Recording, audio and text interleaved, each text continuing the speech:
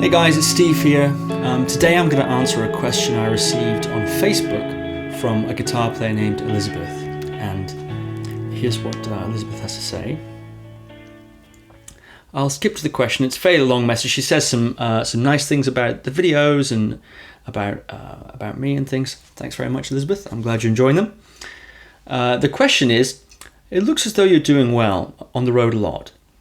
I'd be really interested to know your ideas on practice whilst on the road. I just recently landed a biggish pop gig, and with all the travelling I struggle to stay focused and find time to practice. And then times like now, whilst I'm waiting for the next tour, I'm totally overwhelmed and do nothing. It's terrible. Okay, well, there are two questions there. First of all, congratulations on the gig, the pop gig. It's always awesome to land a gig like that where you get to tour around, around the world. I think Elizabeth is touring in America a lot, which is fantastic, and just all over the place. It's great. Two questions. One is how to practice on the road, and the second is what to do when you come off the road. You've got a lot of time. Okay, I want to answer the second question in this video. This feeling of being overwhelmed and basically not getting around to playing barely at all because of that sense of what? Well, let's define it. I think there are three strands here that can be hindrances to your playing, and one's practice and one's sort of growth with the instrument. And one of them is obligation, a sense of obligation.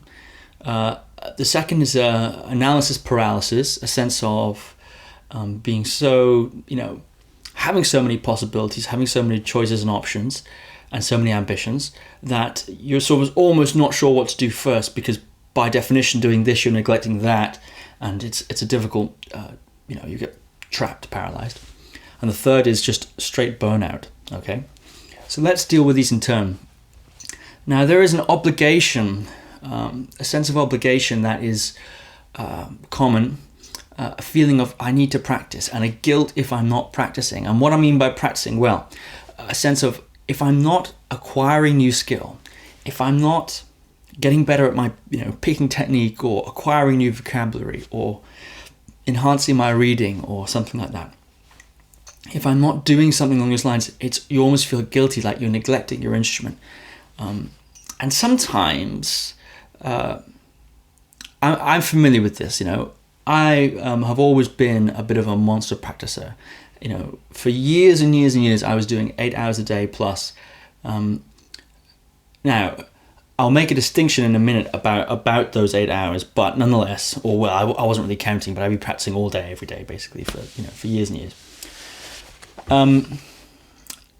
The first thing to say about obligation, the sense of obligation, is which can become a burden, is that guitar playing, your music, is a lifelong journey. Not every practice session, nor even every month of practice sessions, needs to be about building skill, acquiring vocabulary. Okay? It's natural that your enthusiasm, the amount of energy and interest you naturally have towards your instrument, will wax and wane over time. It'll go through waves, peaks and troughs, If you try to force more interest than is there, okay, you'll squash that spark, because, if you're a guitarist and you're a professional and you love what you do, and it's it's part of who you are, and it's really you're on the right path, there is a spark, there is a thread, if you want, that runs through all of your life. This inspiration, this interest towards your instrument, towards music, okay? If you try to force and impose the ambitions and demands of your mind, which are usually from a sense of fear, onto your practicing, when you try to sort of force yourself to do more than you want to do, you will dampen that spark and possibly even put it out. So it's... Whenever your hands are on the instrument, you're deepening your connection with the instrument anyway, okay?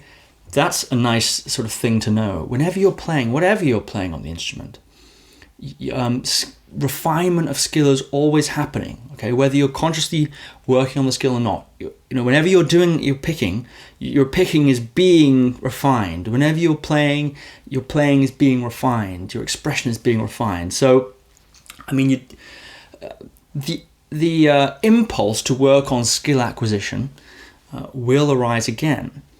The clear impulse, but not if you try to force it. All right, it's important to go with the flow of your interest. I would say feel free to play whatever you want. All right, I'm going to give you a practical exercise in a minute, but feel free to play whatever you want. Be silly, be playful, be expressive, be indulgent when you pick up your instrument. Okay, one of the most important artistic instincts is to trust yourself. That includes trusting your interest level, even when it's low. Trusting your instinct, trusting what you're drawn towards and exploring that. Like a flower leaning towards the sun. Most of us, myself included, we're in the habit of kind of making plans, making ambitions, laying out practice routines, whatever it is, trying to address perceived weaknesses in our game. We're in the habit of doing that with our minds. And we don't trust. In fact, we try not to listen to what we naturally want to go to. There's an innate distrust of ourselves, of our instincts. Oh, well, if I listen to myself and don't force myself to practice, I'll just lay on the couch all day and not practice. Well, possibly, but it's very unlikely. Okay, you might do that for a few days, and maybe you need to do that for a few days. But sooner or later, if you trust your own interest, you trust your own impulse, your own self, you will return to the guitar, and you will return to your craft. All right. So I'd say trust your creative impulse, give it room to express itself, and it will strengthen and be a reliable guide. And this is a way of deepening your playing.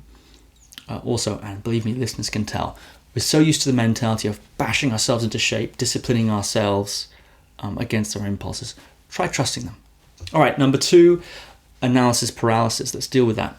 So here's a strategy. Let's just get practical with this, all right? Here's a strategy I use when I'm drawn to play, but I'm overwhelmed by the possibilities and my ambition, things like that. Now, a lot of times, I want to go to the guitar.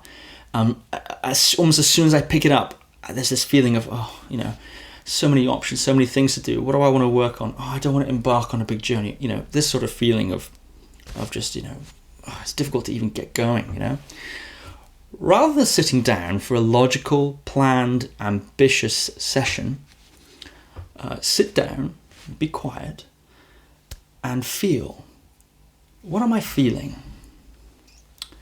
Is it apathy, boredom, anger, joy, sadness, whimsy, mischief, some unnamed feeling? Okay.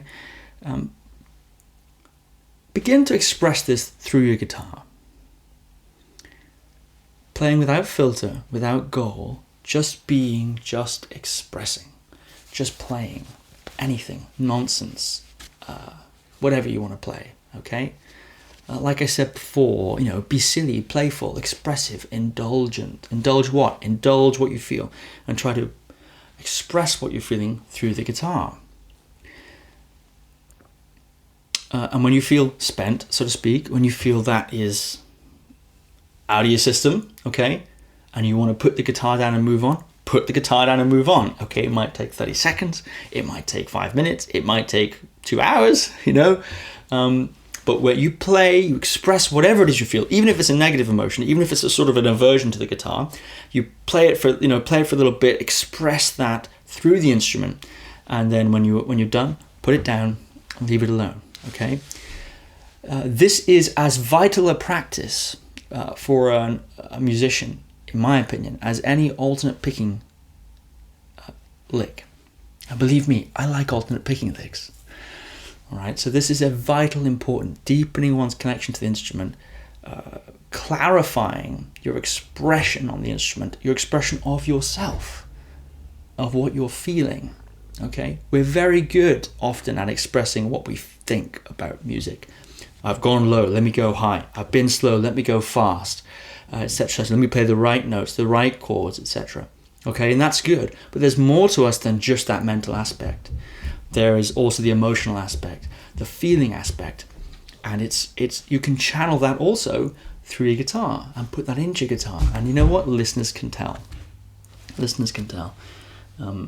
And more importantly than that, it's very freeing. Okay, it's very freeing and it's valuable. All right, so don't think, well, I must do something like picking because that feels like it's a valuable thing. This is valuable as well. Okay, this is valuable as well. Now, thirdly, we said burnout. All right, a feeling of burnout. This is a feeling of just being tired. Now, listen. You have to be honest with yourself. If you feel fed up, you've come off tour and you don't want to touch the guitar for a week, just don't touch the guitar for a week. All right, put it on its stand. Don't put it in its case. Put it on its stand so you can grab it if you feel the urge. And just do other stuff. Sleep for a few days, or whatever it is. Read a book, go to the park. Have a coffee with some friends, or whatever it might be.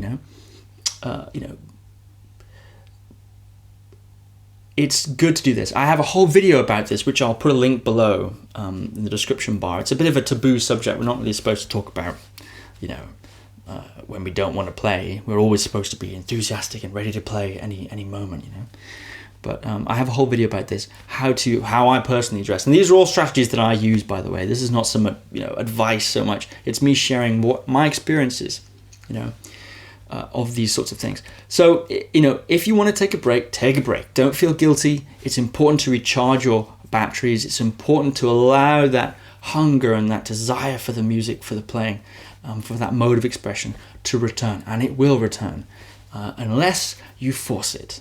All right? Don't force it. Just coax it. Tempt it.